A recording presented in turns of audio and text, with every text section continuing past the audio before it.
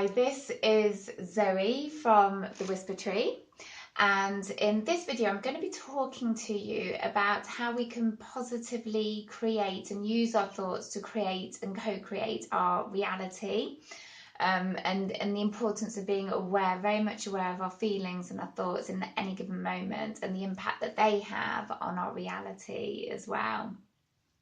So first of all, I'd like to explain that we're all connected to the Earth's force field. This is like this energy that kind of weaves into our planet, weaves into each and every one of us, every living creature on the planet, and weaves up into the cosmos, and it links everything and everyone within and on our planet.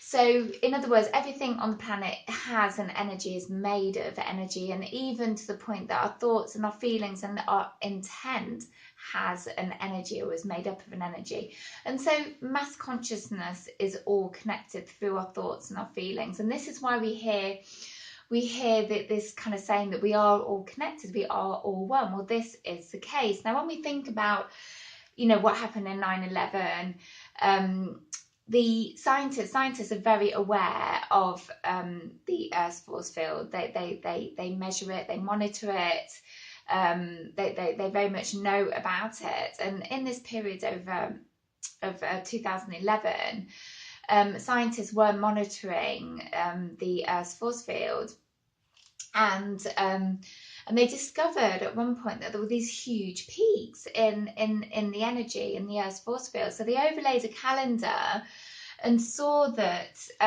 these peaks corresponded exactly to 9/11, the day that we had the terrorist incident in America.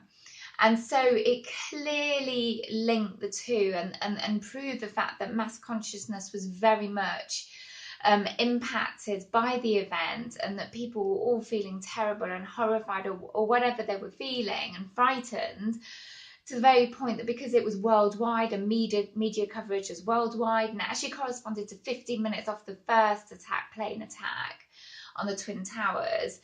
And so there was the first peak, and and as I said, that this actually explains and absolutely proves that we are all connected by our thoughts. Mass consciousness is connected. So it's a really, really interesting thought. So as I said, we're science now, and we know that, or a lot of us are aware that our thoughts and our feelings have an energy, and scientific experiments have proved this, and we now have that evidence. So, and we also know that our direct reality is actually caused by or created by the way we think, the way we feel, our actions, and our intent, which is a huge thought. It's it's an empowering one, but it's quite an overwhelming one as well, because you're ultimately responsible. This is what it's saying. We're ultimately responsible for the reality that we create, but we can also do something about it as well. If we learn how to harness our thoughts and our feelings and turn them into something more positive, then we can directly impact on our reality. And that's a huge thought. That's a very empowering thought. So basically what happens is we have a feeling that then triggers a thought that will trigger possibly another feeling, another thought, so on. And before we know it, we're in this, often we're in this kind of downwards negative spiral of thoughts and feelings. And it's very, very hard to break that cycle. And sometimes you hear of people taking, hours, and I think that's probably the average, really, hours to move through something, or possibly days, sometimes months, but sometimes even years. You hear of people that have had an incident and just simply have not been able to move through it. I had a friend who was telling me that her father-in-law did not speak to his brother for about 30 years because of an incident with a grandfather clock. Now, I guess you could say, well, it wasn't really about the grandfather clock. Obviously, there's a lot of unresolved emotion, but that's a long time not to be speaking to somebody and not to resolve things. And then obviously all this has an impact on the reality, and it impacts on others, because all these thoughts, all these feelings have an energy that will be impacting on our own bodies. So obviously you have this manifestation of dis-ease going on as well, especially if you have a lot of unresolved stuff. But it also impacts on other people's reality and your reality. You know, it cannot be dismissed. It's a really interesting, very thought-provoking thought, in fact. So, you know, we have to remember that those feelings and those thoughts shape our, you know, after a while they start to shape our beliefs, and those beliefs then in turn influence our behaviour. So this, you can see what happens and how it affects people around us and our reality, you know, the way we're thinking and feeling. So we, you know, what we have to do is basically change who we are. We have to change our thoughts and we have to change our feelings. There's no other way around it, especially if we're stuck in something. Now, I don't know whether you've heard of the law of attraction and if you understand what that's about, but the law of attraction is like a law of the universe, in that, as I said before, we are made of energy. Everything on a living planet is made of energy, has an energy, and our thoughts and feelings and our intent has an energy. And so if we're putting out there every day that, I don't know, we're in lack, we don't have enough money, then all the universe is going to do is going to magnify, amplify that and give us more of the same, because that's how it works. That's how the law of attraction works. It magnifies and amplifies more of the same of how we're feeling and how we're thinking. So, you know, for example, let's give another example. You know, I hate my job. This is an example. I don't like my job. I work with very unsupportive colleagues who don't like me, maybe jealous of my gifts and talents and all that. And if you're thinking that all day, every day, or often, and feeling it, all that the universe will simply do is magnify it and give you more of the same, because it has no judgment over whether the thought and the feeling is right or wrong. It just sees it and it gives you more of the same, because that's what you're focusing on. That's your focus, you know, and this is what you're creating for yourself. So it's it's an interesting concept, I always think. You know, and also give the example of the lack. If you're somebody who feels that you lack in a lot of things, that you don't manifest, that you're not in abundance, that you never have enough money, then this is what the universe will see and will reflect back to you, will give you more of the same. So it might manifest it in an unexpected bill, or, you know, your car might break down unexpectedly and suddenly, and you have a hefty bill to repair it. You know, and then it ingrains this kind of, it's like a self-fulfilling prophecy, isn't it? It ingrains this poverty thinking even more so and anchors it in, which is not what we want, really. You know, and as I said, it's the universe just gives us more of the same of what we're unconsciously creating in our minds. Now, if we think about it, we have between 50,000 and 70,000 thoughts a day. That's a phenomenal amount of thoughts. And I always think to myself, and this has been proven, but I think, what on earth do I think about? It certainly doesn't seem like that to me, but it is a well-known fact, or a well-known fact in you know, the circles of people that have been looking into all this. But then we've got to ask ourselves, well, if we have that many thoughts and we know that those thoughts have an energy and they impact on us, we've got to think, well, how many of those thoughts are negative? How many are positive? And then when you think that between 80 and 90% of those thoughts are the same as the ones the day before, and the day before that, and the day before that, these things just don't change, and they're negative, then we're never going to shift our reality. You know, it really is about being very aware of how we're thinking and feeling in any moment, and changing that, really changing our thoughts and our feelings. It's almost like we have to change ourselves in a way.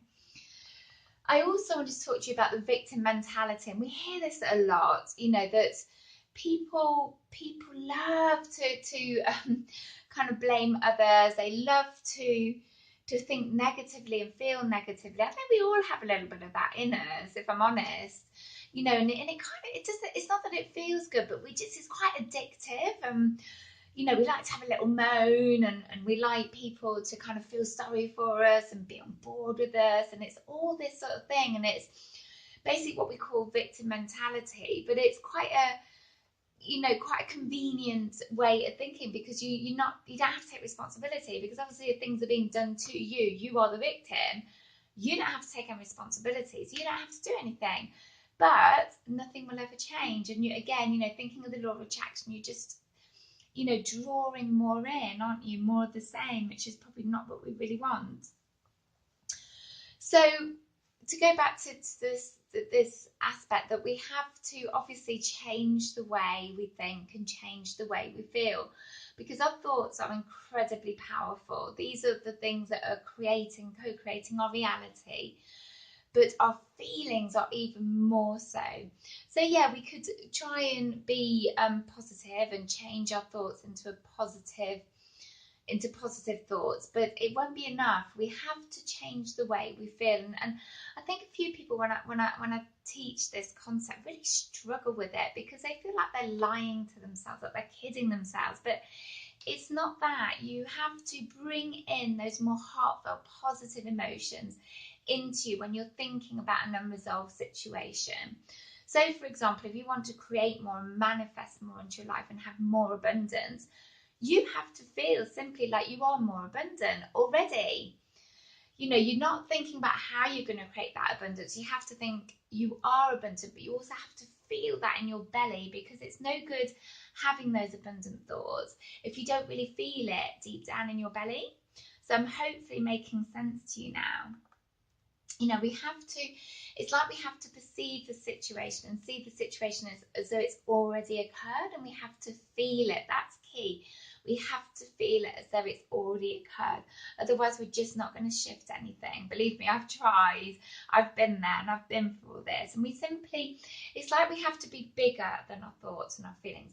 They're not who we are. They're just habits. They're just, we have feelings. We're human. We have feelings. We have emotions. That's normal. And we have anger. We experience jealousy. We experience envy. We experience upset. That's normal. But what we don't want to do is get caught up in that, and that to become our reality. Okay? We need to be bigger than that. We need to see it for what it is in the moment, and we have to have processes so that we can move beyond that and change those thoughts and those feelings for us, so that it starts impacting and co-creating a more positive reality for us. So it really is about creating a gap as well between those thoughts and our feelings and what I like to call our higher self, our spirit self, because that's who we truly are. Not all these thoughts and these feelings, but our spirit self. Okay, and these higher thoughts of, what I call higher thoughts, or higher vibrational thoughts of love and joy and compassion and excitement and all those things, they have what I call a higher vibration, a higher frequency, that when we bring more of those into our heart, we raise our frequency, we raise our vibration, and in turn it will make us feel so much better, and it will impact on our environment, impact on our reality, and things will start to shift for us. This is how it happens. So, we have to be conscious, firstly, of what we're thinking and feeling. I think that's key. That's probably the first step. So I'm now coming on to my process for creative thinking, as I mentioned first of all, which is what really this video is all about, essentially.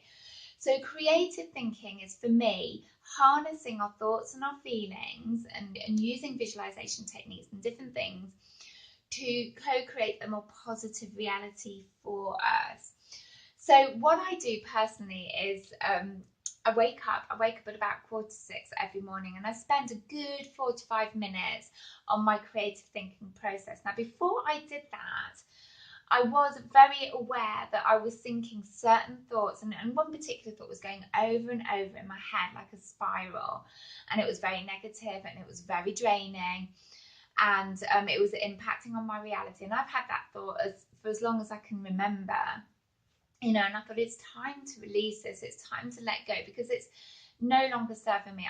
I was aware that it was lowering my frequency. It wasn't making me feel good. So first thing to do is to identify those negative, more denser thoughts. That's really important that you do that before you start any of this. So just identify maybe one or two.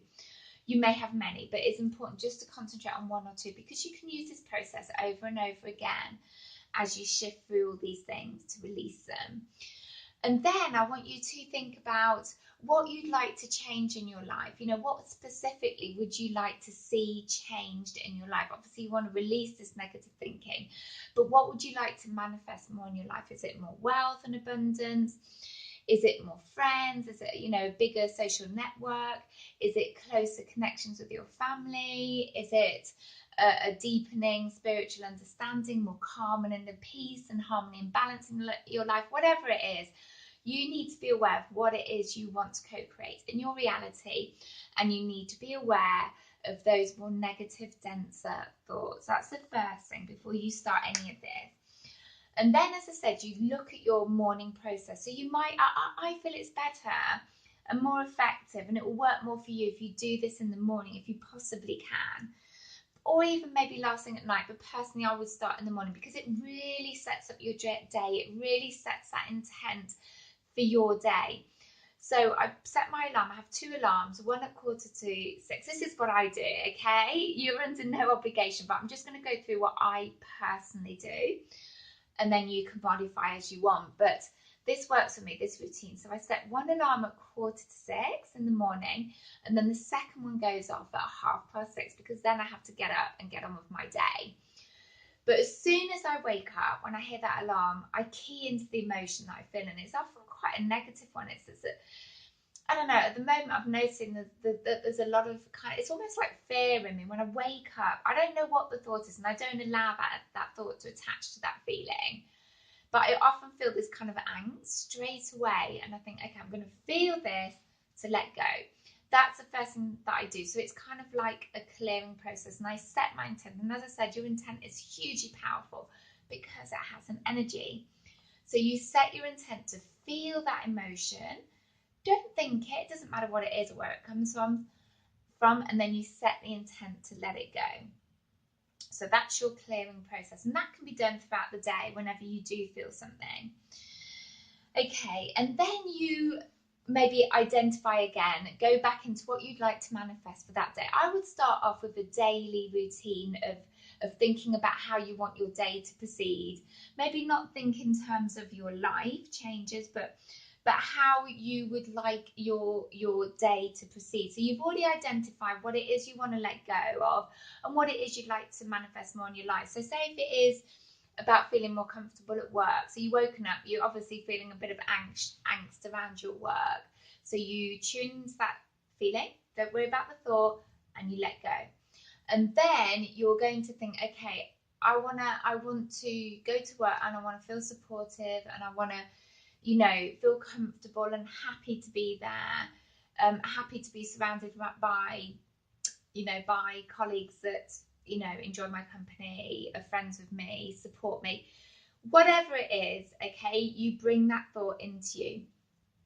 Now, I don't want you to start thinking about what you haven't got. You need to focus on what you would like, but also you need to bring in the feeling as though this situation has already occurred for you and has already been resolved. So, in terms of the unsupportive colleagues, you then start to feel what it would be like, or what it is like to have supportive colleagues. You just simply bring in that feeling. So you're feeling, you're feeling love, you're feeling supported, you're feeling maybe some compassion towards you. Just bring those heartfelt feelings into you and visualize the situation as though it's already occurred. So see yourself surrounded by loving and supportive people, and just be really creative in your visualization process. So really, bring in your imagination, really see that to be the case. See it as though it is real and feel those feelings. Really key. Okay. Or, for example, if you've been focusing on lack and you don't feel you have enough abundance, that you're always short of money, then maybe you need to visualize yourself driving an expensive car. Mine would be a Range Rover. I'd be driving a white Range Rover. That would be my dream at the moment. Or, see yourself booking expensive holidays wherever you want, or see yourself on holiday. And bring that feeling of abundance within you, the feeling that you have enough, you have plenty even. You need to visualize it, you need to feel it as though it's already the case, but you need to spend a good amount of time doing that. Now, you may have several things that you want to go through and do exactly that for each one, that you visualize, that you bring in the feeling that it's already sorted. And that's how you do it until your second alarm. And this is how I do it until my second alarm goes off.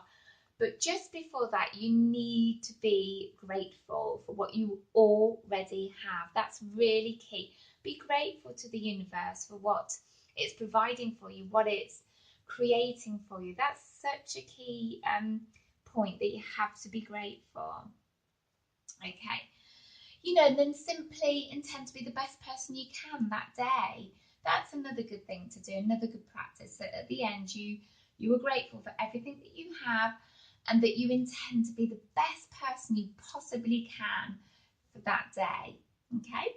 So as time goes on, you need to understand that you're setting things up vibrationally for yourself. So these don't happen instantaneously. You're not going to go out, get a phone call saying that you've won a white Range Rover. You're not going to get to work and you're not going to immediately have, all these colleagues surrounding you. But you will probably, or almost certainly, have someone smile at you that maybe doesn't usually smile at you. Or maybe you find I don't know, £1 on the street, or in a park that you didn't know you had, or you'll just get these little kind of signs that things are starting to set up for you, and you have to look at those signs and you have to see them for what they are, that things are shifting for you. Okay, that's really important, because you have to focus on what you have got, and the fact that the universe is out there and it has got your back. And it's helping you with this process, and it's helping you shift and change. So these are all really, really important. So just to kind of make sure that we're clear with this process, because it's, it's something that I think will need to be done every day. And I think that, and I really feel that, actually, I really feel that if you're doing it every day and you're setting up your day, and you're really honouring this practice, you will definitely without a doubt start to see shifts and changes. And you have to, it's not that you have to cling on to them, but you have to see them for what they are. That's super, super important.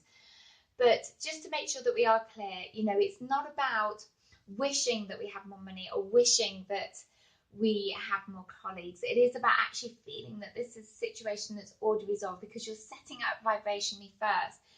It's not the money that's going to make you feel happy, and it's not the colleagues and the friends that are going to make you feel happy. It's about you creating that feeling within you and changing your thoughts and feelings around it, so that you set it up vibrationally first, so that the universe then understands, that's what they want, so I'm going to send them more of the same. That's how it works.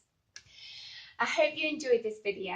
Please don't forget to share, comment, or like if you did. And blessings to all of you. Thank you. Goodbye.